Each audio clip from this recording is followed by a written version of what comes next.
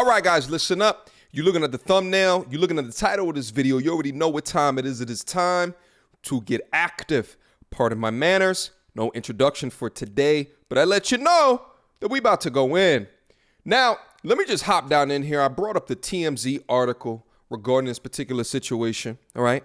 Quavo and Saweetie elevated altercation caught on video before they broke up. Now, I'm not going to play the actual video. The only reason I am not going to play the actual video is because YouTube doesn't like videos like this, all right? In an effort to not get demonetized so this can reach as many people as what it possibly can, I'm going to not play the video, but I'll read to you just in case you somehow live under a rock, or maybe you're coming back to this video after some time has passed and don't understand what had happened, so you can understand what happened, all right?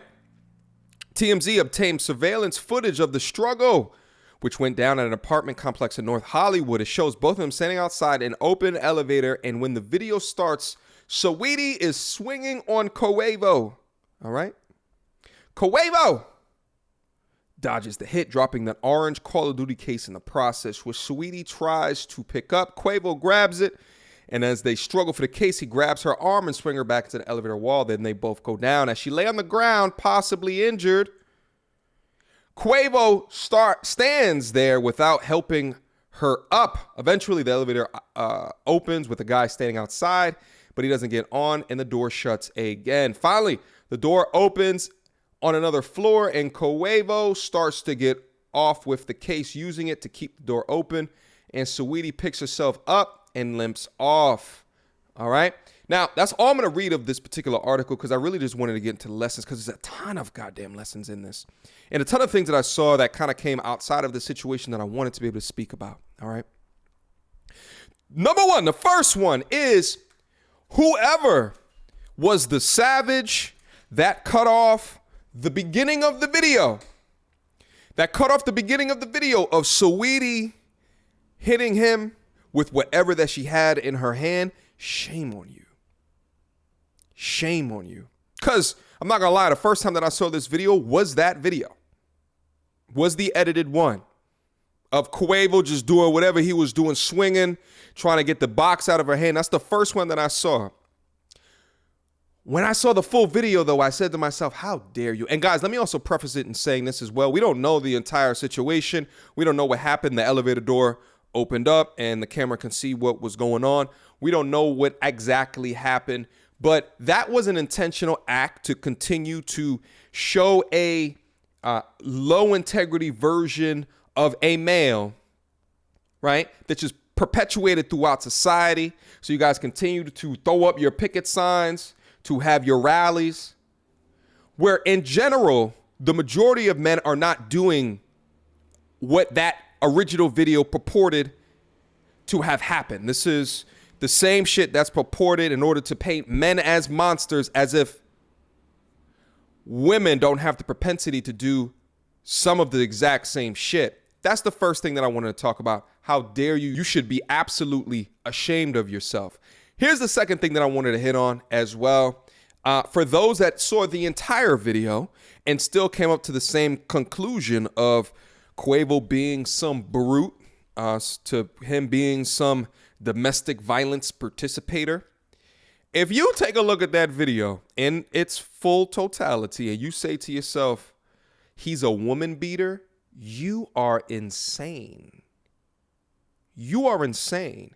What that means to me is that you have no experience with self-defense. You have no experience with martial arts. You've never watched UFC in your life. You've never even seen boxing. You have no idea. You have no idea at all. Here's what I saw. What I saw was a woman attempting to attack a man. He blocked it. All right. Like a high block from where I was looking at. All right. She then took something that was of importance and value to him, and it looked like she was going to do something with it, and he was not going to have that. So he did as he could. It would turn into a jostling, a tussle between a woman and a man who just acted in self-defense, and now he's acting in defense of what appears to be his property to disarm her. But she encountered the strength of a man and she ended up on the floor, according to the TMZ article, possibly injured. We're going to talk about that possibly injured here in a quick second. All right? Possibly injured. Okay? That's what that looked like to me. It looked like he was disarming her and it turned into jostling. It looked like whatever was in that Call of Duty box was potentially valuable. Listen, at the end of the day, it's Call of Duty, so it probably is. Let's get serious on him. All right? I'm a gamer, though. Being a gamer comes first. Anyway, third thing I wanted to hit on, guys, I talked about this on the channel ad nauseum. All right? What are you doing to ensure that you are not keeping women in and around your life that would participate in this low energy garbage bullshit? Now, let me also preface this and say they're both toxic. They're both toxic. All right? Let me pause it right there and just to make sure that we're both abundantly clear as we can counter on to this conversation. And he's toxic in the sense that he allowed this shit to happen. We've seen in the media saweetie repeatedly, outwardly disrespect him. And you know what's funny about that is that on this side of the internet, we count it as disrespect.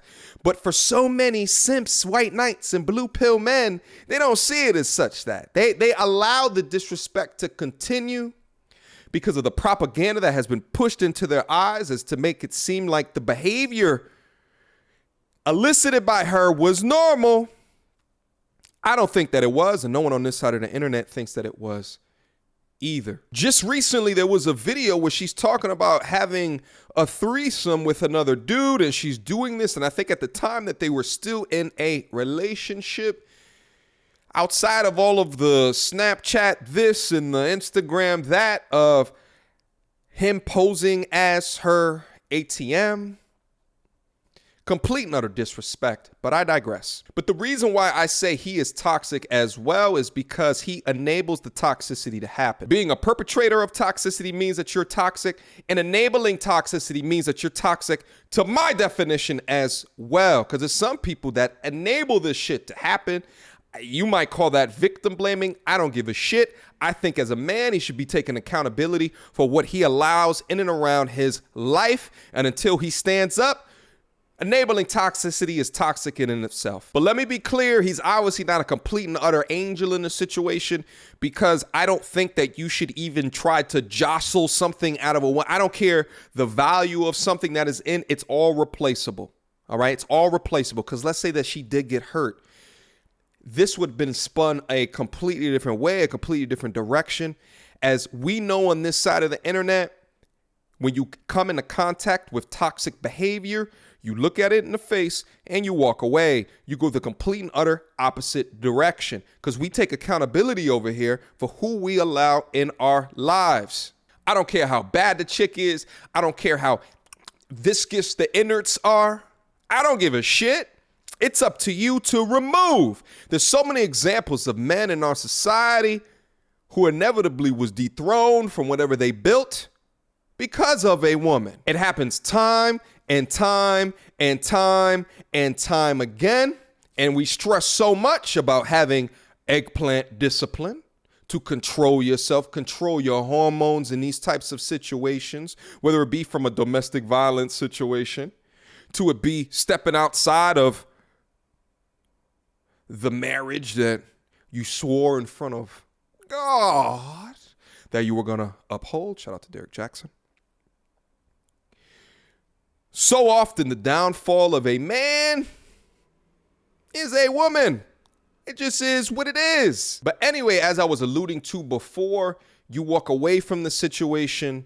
Nothing is worth your freedom, because listen, at the end of the day, what they're writing in this article, possibly injured, and they're able to interject that because there was a bit of jostling that was there. So in order to make the article a little bit more spicy, they put in that information because, of course, people who are sensitive towards what this is, right, this whole act of domestic whatever, all right, is going to read that, and then their feelings will get activated and take out of the situation a lot different of the objective looking at the information and the data of what actually took place in front of us and take it somewhere else with it, make a tweet out of it, make a hashtag out of it, or all of a sudden you trapped up in cancel culture from a popular media perspective. But this can also happen at a much lower level, social perspective of those in and around your block or your neighborhood. All right. Because this is what happens. And this happens time and time again, regardless of the emotional abuse that might have started this particular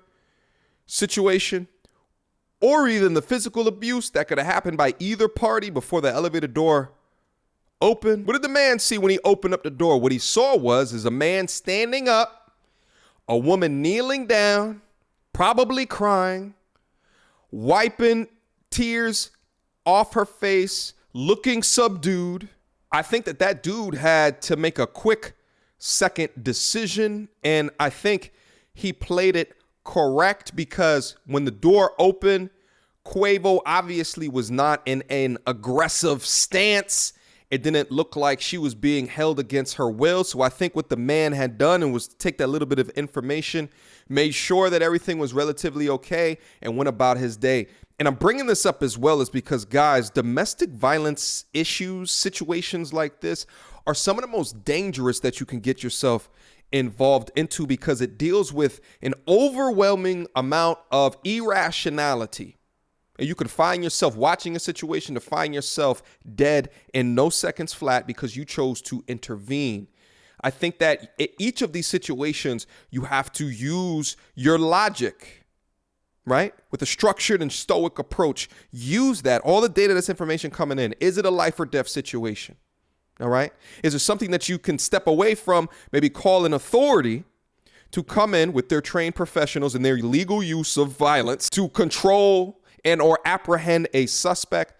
Is the person in clear and imminent danger? You have to be able to assess these different things, because the situation would have went incredibly differently, right? If it had got to that domestic violence and the man was a different type of a man, or if Quavo was a different type of a man, it would have ended off extremely differently. But I say all that to say is use the information and the data in front of you and first care about yourself first. First care about yourself first, because looking at that situation, is a lot of us that would have acted. There's a lot of us that would have acted in that particular situation. But sometimes protecting yourself and others is not to escalate the situation, but to control your emotions and attack with strategy, unless it's truly a life and or death situation. Last thing I want to touch on before I end this video. I think this, amongst anything, makes me glad that their situation broke up when it did. It's clear here that we have two toxic people that are in a relationship with each other, probably too young to understand the extent of their toxicity. I hope that for Quavo, he takes a look back on the situation and understands the things that I am saying. If anyone knows him, send him this video. You can't put your hands on people. Try not to, unless it's completely in a self-defense situation, because oftentimes as a man, you are guilty until proven innocent. Shit, I told a story not too long ago. I'll leave a link to it down in the description box down below, how I saw a domestic violence situation that happened in the mall, and I'm watching the lady right hook to the belly on this dude. And I remember for a second, I broke eye contact with them and they ended up behind me. And when I looked behind him, he was subduing her. And then in my mind, what flashed to me is that, whoa, this looks like this guy is overpowering her. But if I didn't see the beginning of that situation to know what she was doing, right, then that would have been my immediate thought. My immediate thought might have been to intervene. You have to be very cognizant. You have to be very cognizant of the situations that you place yourself in and the people that you place yourself in as well. And I say, Quavo, you got to take full accountability and or ownership of putting yourself around someone who does not respect you to the degree of being okay with putting her hands on you. We talk accountability over here. None of this fantasy bullshit of it's always the other person's fault. To saweetie, therapy, you got some things to work on outside of your respect for men. You got some things to work on, and keep your goddamn hands to yourself. Stop putting your hands on people. Stop it. Final thoughts. This is what happens when you let your girl run over you and you feel like it's your duty to sacrifice yourself to put her on a pedestal. This is what can happen. They don't respect you. They don't respect your masculinity. They don't respect you as a man. So they'll put their fingers in your face. They'll taunt you. They will emotionally abuse you. And then physically. All right? Questions, comments, concerns. Y'all already know what to do. Mediocre tutorials and reviews at gmail.com. Feel free to hit me up if you got a question for me. I got an Instagram as well.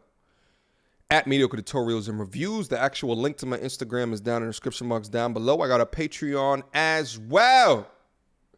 We booming up there, over 600 strong in the building. We growing each and every day. I'm so proud of each and every one of them. The type of people on my Patreon really reflects who I am as a person, and it makes so much sense. Because these are people that are willing to have cerebral thought and critical conversations. They are focused on improving themselves to the best version that they possibly can. And I'm so happy for them to be a part of my private community so I can ensure that happens. All right. Listen, all the links down in the description box down below. Y'all know where to find me. Until next time, YouTube. Peace.